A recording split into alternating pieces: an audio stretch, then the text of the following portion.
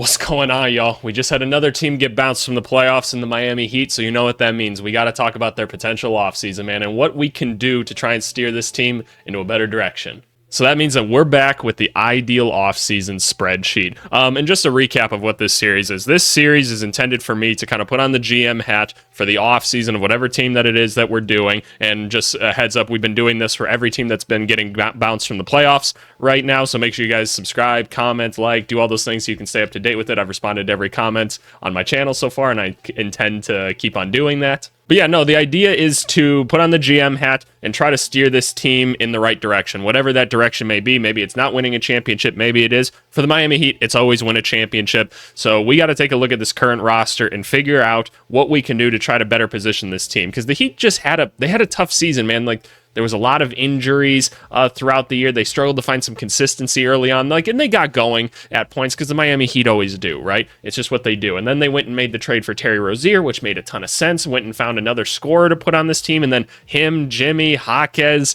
like just about everybody got hurt on this team, and they just kind of fizzled out in the playoffs. So what can we do to try to better position this team going forward? Well, let's at least take a look at everything. If we look at the current cap space projection for the next year, it's not looking good. This team's paying a lot of money. They're used to paying a lot of money. It's what they do, right? This team makes a lot of money, so they've got room to operate. But we don't have all the room in the world to make things happen, so we're going to have to make moves with the roster that we have. This is the current roster that we have over here, at least for the 2024-2025 season. We've got 3 roster spots left, and we have a draft pick this year. I believe it's going to be the 15th pick in the draft. That's what I'm pretty sure that's it. We'll see when we actually get to the draft and everything. But let's take a look at like the current roster decisions that we have to make. And honestly, we don't even control some of these, so we're just going to have to make our best presumptions with these. I try to make this series as realistic as possible, right? And that's really the ultimate goal of this. These green ones here are player options. The blue ones are team options. Nikola Jovic, I can already tell you right now, we're picking up the team option. We're bringing him back. I just really saw him start to figure it out towards the end of the season, especially in the playoffs. I didn't feel like they gave him maybe enough touches in the playoffs to try and get things going, but I know they're trying to win, so giving it to the younger players is always a tougher thing to ask of somebody, but it just seems like he's really starting to figure it out, and I definitely want to keep him on the team going forward. Looking at the rest of these guys, though, are they going to pick up their options? I would presume that Thomas Bryant is going to pick up his option. He'd probably rather stay in the Heat. I'm going to assume the same with Josh Richardson. Nobody's giving them more money than that, so I'd have to assume they'd just rather come back to Miami. Kevin Love's not going to get more money necessarily, but I wouldn't be surprised if he opts out and says hey, I want to go win another championship or something like that. I want to keep winning. So I really wouldn't be surprised to see Kevin Love go at all. And so for that being said, I think we're going to assume that Kevin Love is off the team, man. I think he's going to go chase a championship somewhere else, unfortunately. And then we have Caleb Martin. Now, Caleb Martin, I think, is going to turn down his player option for a different reason, and that's because he's worth more money. And so the idea that I'm going to work on with this is that Caleb Martin would probably rather just come back to the Heat, and the Heat aren't going to let him go because he's a valuable asset to this team and a presumed starter for the time being. So while I'm going to take Caleb Martin off here for now, we're going to go right ahead and assume that Caleb Martin is coming back here, and we're going to give him... It's going to be more so $12-13 million, I'm going to assume. So I'm going to assume he's getting 12.5 from us, and he's going to get a 3-year contract out of us. I think that's more than fair for Caleb Martin, and that's just what we're going to have to pay him. It's unfortunate that we have to pay guys more, but it's also good for them at the end of the day, I guess. So I'm thinking that that's going to be the outlook for the team, at least to start. So what does this leave us with then? You basically have a lot of the same rotation that you had from last year, which is good because this is a solid basketball team overall, but you also have some pieces that maybe aren't completely necessary. And the first one that I'm looking at is Duncan Robinson here. Duncan Robinson's a nice basketball player. He's not worth $20 million. We got to find a way to move him. And the way I'm thinking we do that is we find a team that we can kind of sell a draft pick to in a way. We can take back some meaningful contracts or something like that in return, some rotation guys that can help us out. Because I don't know if there's a star player that we can necessarily go out there and get. We could talk about Kevin Durant. I don't know enough about the situation to say if KD wants to be there or doesn't want to be there. And there's not really another big name on the block right now. unless you want to talk about like a Zach LaVine or something like that. But even if he is, that's a really tough trade to make, because then you're moving Hero and you're probably moving Robinson, and I just don't know like how much better that actually makes the team. So I don't know. That's something just to consider. But for the time being, let's try to move Duncan Robinson and find him a new home. And the way we're going to do that is kind of look at a couple different things. Like, we're going to look at a bunch of different contracts and everything and teams and see where the money can kind of fit. So I'm going to start my way down and kind of work my way up here. Is there any way we can do a Bruce Brown trade? I feel like Bruce Brown could be a really interesting player for the Miami Heat. He just seems like a Miami Heat player, doesn't he? Like, is there any way that we can turn Duncan Robinson into Bruce Brown? Maybe Malcolm Brogdon as well. Like, both of those teams could use shooters on their team, and like we could make the contracts work. Like, they're both rebuilding teams, so we could give them a draft pick for taking on the contract. Could be something to explore. I'd love to add a Lauri Markkanen or something like that. I think that would make a ton of sense for this team. It's just they've made it pretty clear in Utah that they don't really want to trade Lauri Markkanen, right? Unless I'm like missing something. Yeah, I haven't seen anything at all about Lauri Markkanen wanting to get moved or anything like that. Apparently he really likes Utah, actually, so fair enough.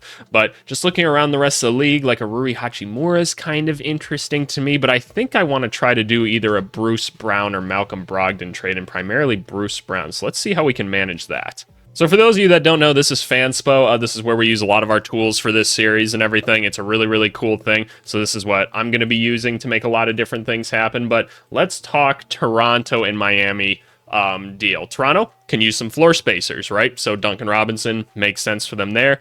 Bruce Brown, not really a part of their future, most likely. They've even talked about like, hey, we might not even pick up his option or anything just because we don't necessarily need him on the team. I'm sure they wouldn't mind having him on the team, but if they can get a draft pick out of him like they keep saying that they do, then I think that that's where we could kind of slide in and make an adjustment, because Bruce Brown is going to give us defensive versatility. He gives us a scoring option. He gives us another ball handler to help create things, because we know on this Miami Heat team, it's all about everyone being able to contribute somewhat in the creation of the offense, right? And Bruce Brown would fit that. He'd slide into kind of this two guard here, this backup two. I think he adds a nice bench option for this team. So how can we make this happen? It starts with Duncan Robinson getting moved over there. Bruce Brown gets traded to the Heat. Like, how does just this look in general? So the Heat can only take back, you need to cut $1.6 million more.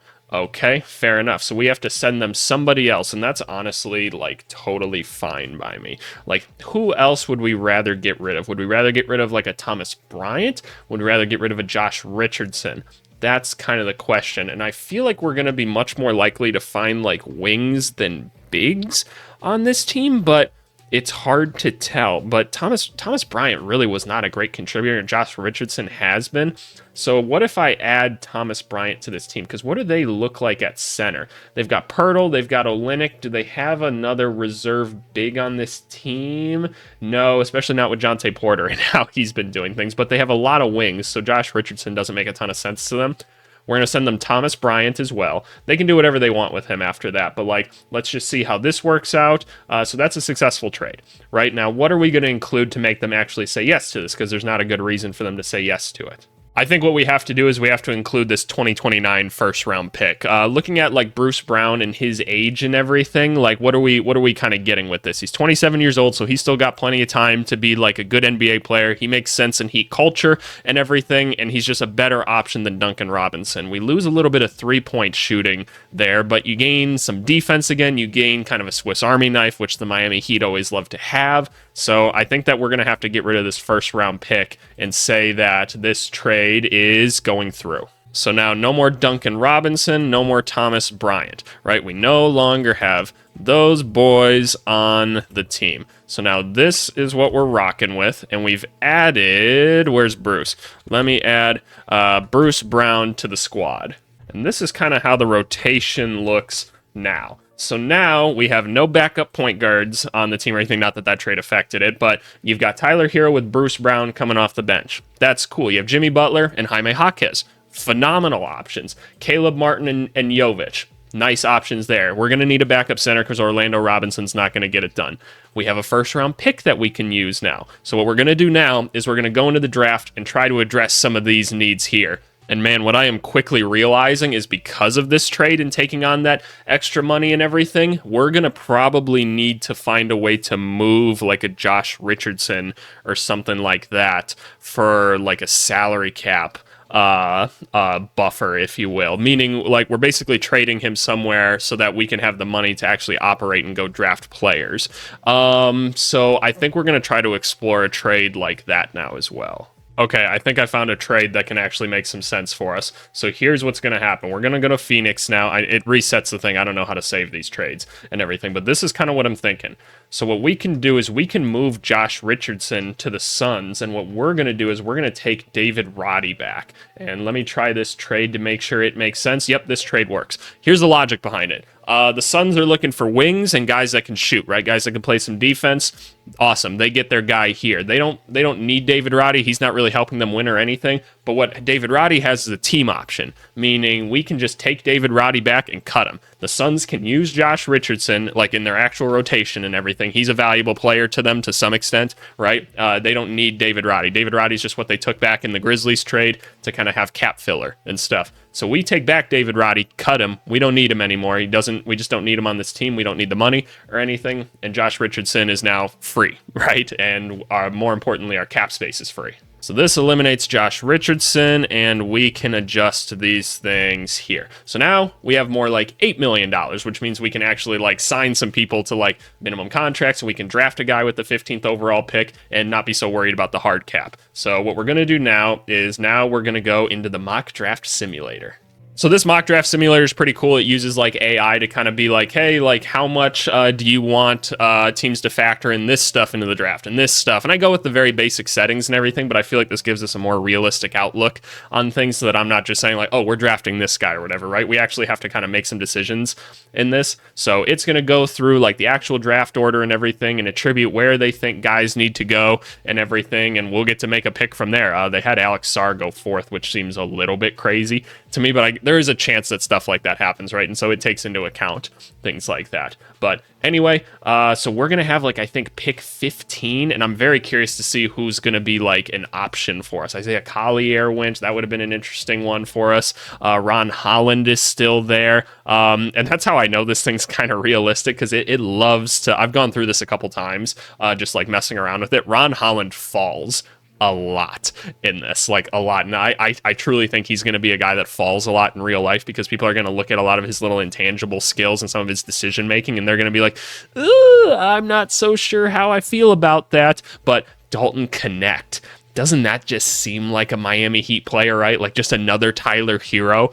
That is kind of an interesting pick. I think Tyler Smith is an interesting option, but I think we're kind of good at the 4. Filipowski could fill our role at center, and that could give us kind of a different look as a spacing big. But is Filipowski really Heat culture? Like Duke culture and Heat culture, I feel like are very different things. Maybe I'm wrong, but that's just my thought. Dalton Knecht just feels like a Miami Heat player, though, doesn't he? If Ron Holland was available here, that'd certainly be a consideration for us. Like maybe under Heat culture, he actually works out. So I'm curious, like what should we actually do with this? Let's take a look at the roster, right? Like we've got shooter here.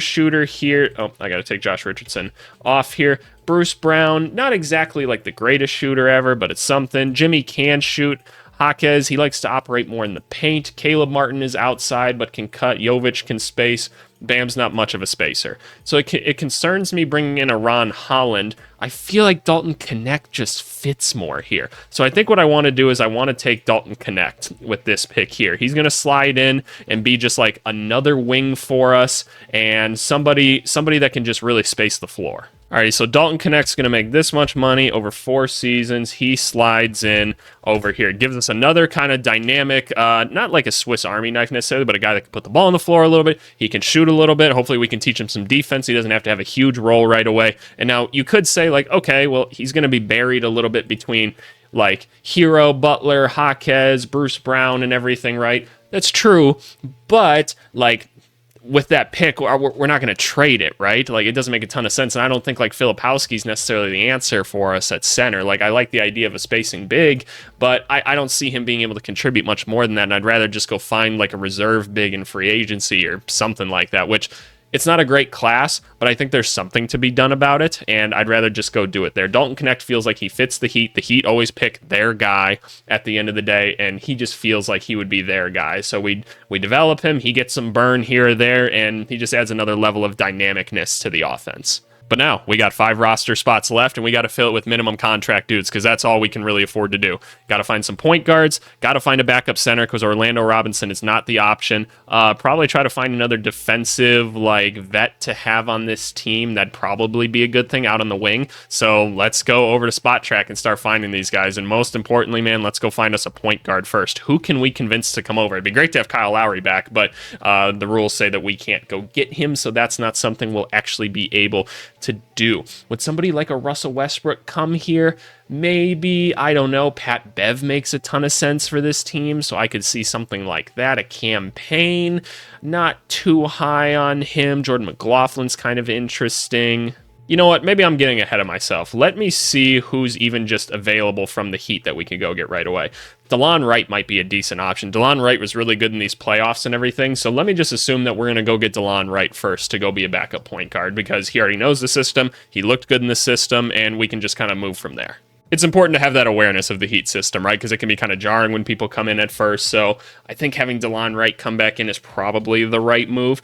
And I'm looking at the team right now, right? What are the adjustments that we've made on this team? We've brought in Bruce Brown to come off the bench, right? He's a better option than Duncan Robinson. And then we kind of even replaced Duncan Robinson with Dalton Knecht, who's ideally probably a little more dynamic than he is. So what else can we do to shape out the rest of this roster? Well, let's go take a look at centers, right? Where can I go to try to get us a decent backup center? Rashawn Holmes is definitely going to pick up his player option and everything. Hartenstein, we're not going to be able to afford him. Mason Plumlee, that seems like a decent option for us. And Andre Drummond, does he take another minimum contract to sign with the team?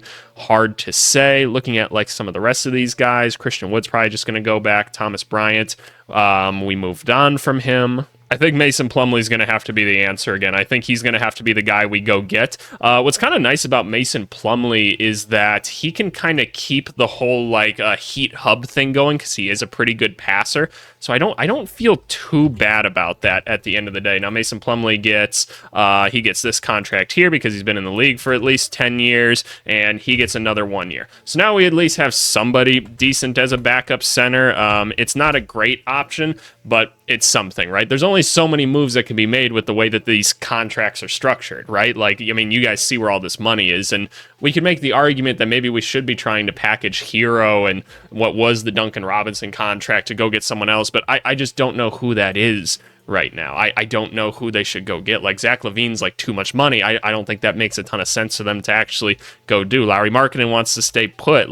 Who else is there to go get? If the Kevin Durant thing becomes a thing, that seems pretty crazy to pull off a trade like that, and I don't know who you're even giving up in that. Then you have to give up guys like Jaquez and Jovic maybe because they've got great value to this team, and I just don't think that makes sense. I'd rather just build out kind of the depth of this team because I think we're going to have enough scoring, right? You've got Rozier, you got Hero, you got Butler, you got Bam.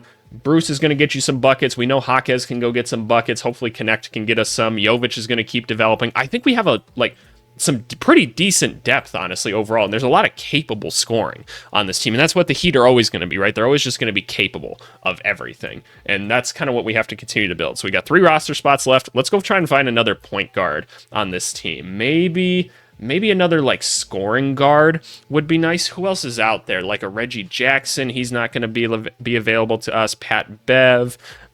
Makes a lot of sense, but I don't know.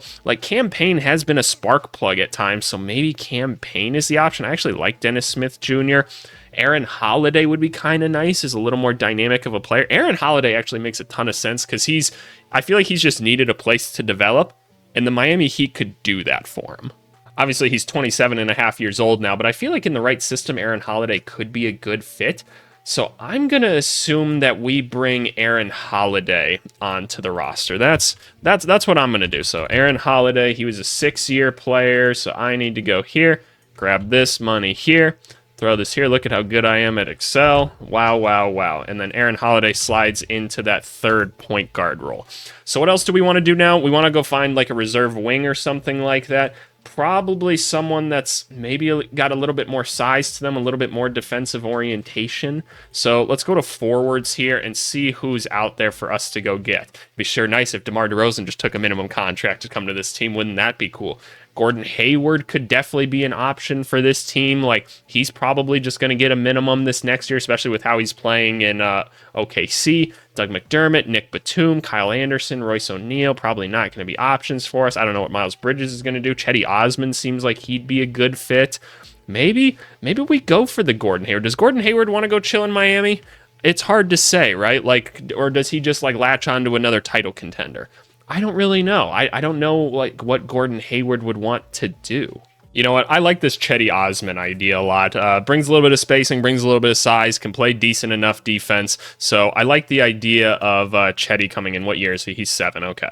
So Chetty would slide in here. Man, this is an expensive basketball team, but this is always an expensive basketball team, man. It is what it is. All right, so we got one more spot to fill. Probably going to look towards the forwards again is what I'm thinking. I don't need this open anymore. I can close this. Is there anybody else that's like all that intriguing to us, or should we just go try to find another center or something like that, right? So that we don't get out rebounded at any point. There's not a ton of great options. This free agency class, like free agency just doesn't really even exist in the NBA anymore, unfortunately. Like, because so many guys just, like at least the bigger names, just do sign and trades and stuff like that. So I don't necessarily see a lot of great names available. Davis Bertans is a thing. Not really sure how I feel about that. I like Doug McDermott, but I don't really know. There's no way the Houston Rockets bring Jeff Green back on $8 million, right? You think we can sign him to a minimum contract? I think that we can. So I like the idea of bringing in Uncle Jeff. He just seems like a Heat culture kind of dude, doesn't he? So let's take one more here. We throw him in there, and we now have Uncle Jeff on the team. So this is your 2024-2025 Miami Heat ideal offseason. It's not the most exciting thing in the world. I know. We're trying to make a title contender. A lot of the title contention is going to depend on health, right? At the end of the day, you still got Coach Spo, and you've got a ton of options on this team, right? Like I said, a bunch of scoring. We've got great depth on this team now. Like I said, the center's maybe a little bit questionable, the backup like center role, and maybe that's something that we can watch the buyout market for next year. We can always make a trade and package like a second round pick to move Orlando Robinson off the roster or something like that. But I love the fact that we've got like Caleb Martin and Jovic, right? Like both those guys are still going to be contributing. Obviously, Jimmy and Jaquez, great options. Hero, Bruce Brown, and Knecht. There's a lot of things going on here. And maybe if somebody becomes available during the season, maybe Knecht becomes like a trade piece or something to somebody. And then the point guard spot with Terry Rozier, like the other guards afterwards really aren't that big of a factor because Jimmy and Hero and Caleb Martin and presumably Bruce Brown even at times are all going to be other ball handlers for this team to kind of keep the offense moving. But this is the best that I could come up with. Maybe you don't think this team is a championship contender, but when does anyone ever look at the Heat's roster and think it's a contender? But they always still find a way to make it there. So I think this is their best bet to stay competitive next year. If a particular name becomes available, then yeah, I think you probably have to chase it. They definitely want to add some more star power, but I don't know who that is right now. I don't see a great option to make that happen unless, like I said, Lauri Markkanen decides, I don't want to be in Utah anymore. I don't really think it makes a ton of sense. So for now, I think this is the best option that they have, but you guys let me know in the comments. Like, let me know some things that I'm missing. I'm sure I am. But yeah, no, appreciate you guys watching this stuff as always. Make sure you like, comment, subscribe. I respond to every comment. So I want to have a discussion with you. I want to hear you guys out. But let me know what you think of the team. We'll talk to you guys later. Bye.